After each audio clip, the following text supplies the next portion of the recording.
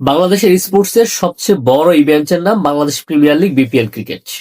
আর এবার BPL cricket আয়োজনে পুরোপুরি ব্যর্থ হচ্ছে বাংলাদেশ ক্রিকেট বোর্ড বিসিবি এবং আমিরুল ইসলাম বুলবুলের নেতৃত্বাধীন কমিটি। আমি একাধিক ভিডিওতে বলেছি এবং আপনারা যারা নিয়মিত বিপিএল এর খোঁজখবর রাখেন সবাই জানেন যে বিপিএল মানে বিতর্ক বিতর্ক এবং বিপিএল একটা একটা ছেড়ে যেতে পারছে না। তো বিপিএল এবার এসে এত বেশি বিতর্ক তৈরি হচ্ছে যা অতীতের সব রেকর্ডকে ছাড়িয়ে যাচ্ছে, মানে বিতর্কের দিক দিয়ে আবার শীর্ষে থাকবে। বিশেষ করে বিপিএল এর যে কতগুলো ফ্রাঞ্চাইজি ছিল, যেমন কুমিল্লা, বরিশাল, এই দুইটা অঞ্চলের কথা যদি আলাদা করে বলি, বিপিএল এর সবচেয়ে সফল দল ছিল কুমিল্লা এবং বিপিএল এর সবচেয়ে বেশি ফ্যান ছিল কুমিল্লাতে।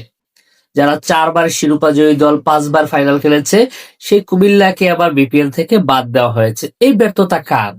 এটা কি আসিফ মাহমুদ সজীব ভুঁইয়ার, নাকি মাননীয় ক্রীড়া মানে বর্তমান ক্রিকেট বোর্ডের যিনি পরিচালক আছেন আসিফ আকবর, বাংলাদেশের জনপ্রিয় কণ্ঠশিল্পী, তাদের ব্যর্থতা? এছাড়া যদি আমি বলি ফরচুন বরিশাল বা বরিশালের যে ফ্রাঞ্চাইজিটি বাংলাদেশের প্রথম আসর থেকে আসলে বিপিএল এর প্রথম আসরের ফাইনালও খেলেছিল বরিশাল। তো বরিশাল বিপিএল এর একটা হাইপ আছে বরিশালের, এবং গত 2 আসরে টানা চ্যাম্পিয়ন। এর আগে একটা আসর বাদ দিয়ে তারা ফাইনাল খেলেছিল কুমিল্লার সাথে।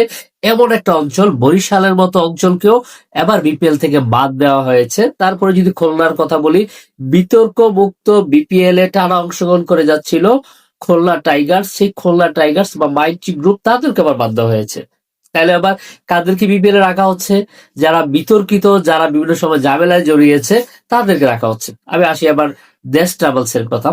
দেশ ট্রাভেলস উত্তরবঙ্গের একটি প্রতিষ্ঠান। তো দেশ ট্রাভেলস তো দল রাজশাহী না পাইলে পাবনায় নিতে পারতো, সিরাজগঞ্জে নিতে পারতো, বগুড়ায় নিতে পারতো।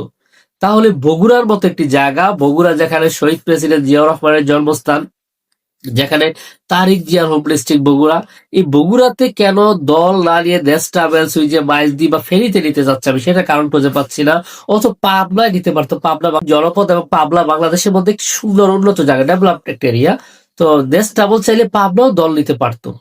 পাবনায় লাইনিয়ে অন্য জায়গায় কেন পাড়া মহল্লা নামে নিতে যাচ্ছে? বিপিএল যেহেতু দিতেই চাচ্ছে পাড়া মহল্লার নামে দল, মানে হচ্ছে আবার বিপিএল এর জৌলুস থাকলো না, বিপিএল আগা গোড়া পুরাটা একটা বিতর্কে পড়ানো হতে যাচ্ছে।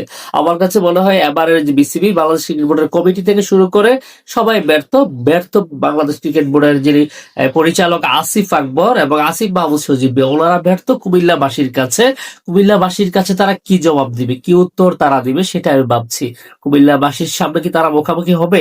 কারণ তারা থাকার পরে গত বছরও বিপিএল এ কুমিল্লা দল ছিল না, এবারও নাই। এটা আসলে সত্যি দুঃখজনক।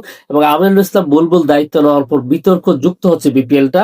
বিপিএল এ বিভাগীয় শহরগুলোকে বাদ দিয়ে গ্রাম পাড়া মহল্লায় দল দেওয়ার আলোচনা চলছে। ভিডিওটি শেয়ার করে সকলকে দেখার সুযোগ করে দিবেন। মন্তব্য করে জানাতে ভুলবেন না। আপনার মন্তব্য কি জানাবেন? এখানে শেষ করছি। আল্লাহ হাফিজ।